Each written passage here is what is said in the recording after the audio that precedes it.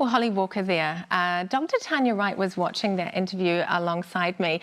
Tanya works with seriously ill parents and babies every day as a consultant psychiatrist, and she's clinical head of maternal and infant mental health at Cantes Manukau DHB. Welcome to the program, Tanya. You are on the front line with acutely ill mothers and babies. What do you see in those units when it comes to the children who are alongside those mothers, who have mothers who are acutely mentally ill?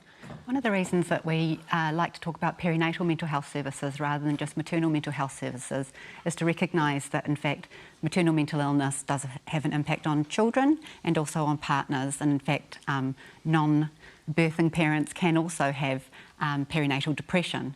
And postnatal depression doesn't sound quite so good for people who haven't just given birth. So it's recognising that this does involve a whole group of people.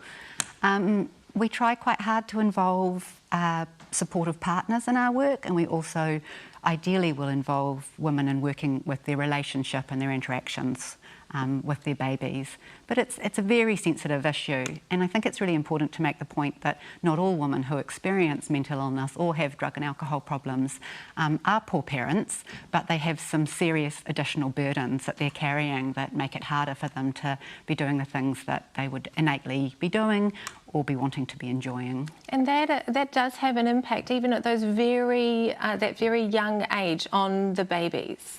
Yeah, interestingly, we know that perinatal distress during pregnancy alone has a huge impact on outcomes, and it's proposed that that's quite a biological issue, that it's because of cortisol or stress hormones in pregnancy, but also some of the New Zealand studies show us that also it's epigenetic, and in fact if you have a mother who's depressed during pregnancy, that can have an impact on teenage depression. So a lot's happening biologically, and then once babies are born, going into the birthing experience can be made worse by difficulties. People's experience of birth itself is impacted, and of course it's a fragile time where we really don't want women to be experiencing birth trauma, either emotional or physical. And you were telling us earlier that the babies, they don't cry in the ward that you're working in. And then the little babies themselves actually begin to show very early signs of difficulties or slightly changed interactions with their mothers. Yeah. So mothers who have stiller faces and don't respond as much to their babies tend to have babies that initially are looking for response, and then they start to look less for responses, because babies are enormously wired to look at our faces, and they are born with a huge amount of emotional ability themselves, not just crying, but in terms of looking to people's faces to understand the world that they're in. And so a well woman will help them understand that the world's a safe place to be versus maybe a frightening place to be, or an uncertain place to be, or an anxious place to be. Yeah, I was going to ask you, what is the long-term impact, you know, of that start for that child? Because it changes the way that they understand the world. It really does, and I think the reason that we emphasise the early period is that when you intervene early, it's much easier to do something about it, to redirect a trajectory. Yes. Whereas if you start to be trying to repair problems downstream, you're into a whole different realm. So often, one of the really clear pieces of evidence is that with depression and anxiety, and not just at the severe clinical end, there's a lot more behavioural problems when children are toddlers. It has impact on language and school readiness, and so from there you can see that trajectory is really set. But if you know what you're looking for, you can see these problems are starting much earlier than that, and that's the right time to do something about it. Women are enormously motivated to get some help and to do the right thing for their children. And they are treatable. This is treatable, absolutely. Oh, yeah. And to be fair, some problems do spontaneously correct. Not everything requires intervention. A lot of things requires the support of your own family, whānau, partner, mother, sister, cousin, friend. The village. Absolutely, the village. So if we can agree that this has a lifelong impact on the child, on the greater family, why do you think it has been neglected for so long, Tanya? Yeah. It's the year 2022. It's such an interesting question, isn't it? Why do we not? Well, we know that attachment research began in the 1920s, 30s, 40s, and it's taken a long time for people to start to even understand the importance of early relationships. Yeah. So that was sort of 70 years lost when we had some good science. And I think over the the last 10 years, there's been a huge amount of effort, primarily from the UK actually, looking at longitudinal studies to really be able to solidly demonstrate that the outcomes are significant and that it's really cost effective and kind to be intervening for people early. So I think that the evidence is, we're probably about 10 years on. Why do I really think it's taking such a long time? I think it's because it's an issue of what's called intersectionality, which means it's about women and it's about mental health. Right. And those two things together are just not popular.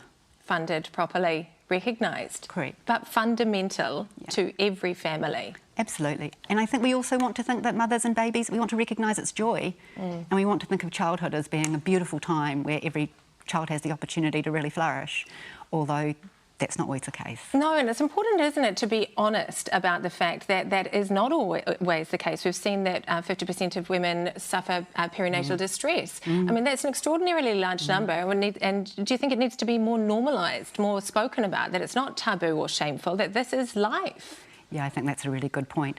That tendency to idealise.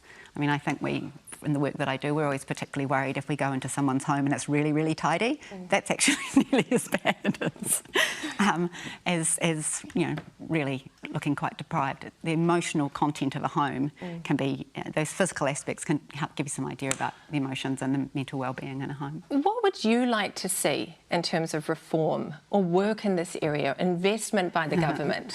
Well, I think at the moment, I think that Holly's report is a beautiful way of looking at the structural aspects, the big, universal problem, but I think we really want to see services that are appropriate to the people who would want them, and we want them to be not just at the real top end in services that I work for. Currently our specialist services are for 5% of the population that need them rather than the whole spectrum. So we really want to see more of a flourishing of community services and services that people will be accessing because it's what they want. It's an enormously innate time. Absolutely, and you do work at that most acute 5%, but what's available right now for women, for the other women who haven't reached that point, thankfully? We have in the last couple of years seen quite a lot of development of community resources, community services. There's quite a lot that has become available. Currently it's really only available through GPs. Okay. And GPs and the primary health sector might not be the best way for people to get help. People don't always recognise that what they have is a health problem.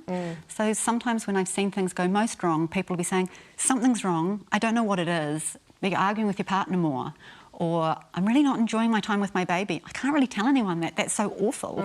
But in fact what they're experiencing is perinatal distress or perinatal depression, which is having an impact on their thinking and their capacity to ask for help in the right language to get the help that they need. And do you think that we've just been through a particularly isolating time, haven't we, with COVID, which means there's probably a raft of people out there disconnected from the GP or from those usual support networks? Are you seeing that, coming through? Oh, absolutely, yeah. The last couple of years have been just the strangest of times, and I think when you look at international studies, initially it looked as if people were saying, no, there's been no impact of COVID on mental health and well-being. And then as the studies have got bigger, they are able to what they call disaggregate data, which means look more closely at how you separate it. In fact, some people have done really well because they're at home more with their supportive people and home's good. And then other people, home is a really difficult place where they've got deprivation, poverty, drug and alcohol problems, family violence. And so in fact, international studies are already showing that the infants born during the pandemic have had poor pregnancy experiences, and in fact their early development is starting to drop behind, which is a real tragedy. It is, isn't it? And what we always look overseas. We're a small country here in New Zealand. There's only so much that I suppose we can solve these problems ourselves. But what are you seeing overseas that's working, that may work for us, that we could emulate? Or is it really distinctive? Is it really specific to New Zealand, our solutions have to be? I think it's always worth looking at international literature, but it's really privileges a Western view. So no, we really need research that's local, and we really need thinking that's local, that suits the people in New Zealand. That's culturally specific. Absolutely. Wonderful. And to what extent are the problems societal rather than psychological, do you think? Ooh, I wish I could put a number on that. The problems probably are both. they're probably quite hard to disentangle. So, for example, I think during COVID, there's been a huge amount of population anxiety, so that's societal, but it is also psychological. And I think that the whole of society needs to view the care of women and babies differently, rather than thinking that perinatal distress is a psychological problem that belongs to the woman. So I think really we need to think societally on this. Wonderful. Tanya, thank you so much for joining us here on The Nation this morning.